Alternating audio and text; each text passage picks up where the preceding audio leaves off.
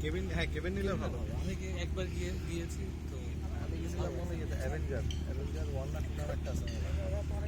ভিতরে পুরো হোটেলের মতো করে ফেলছে, এমনভাবে ইন্টেরিয়র ইয়ে করছে।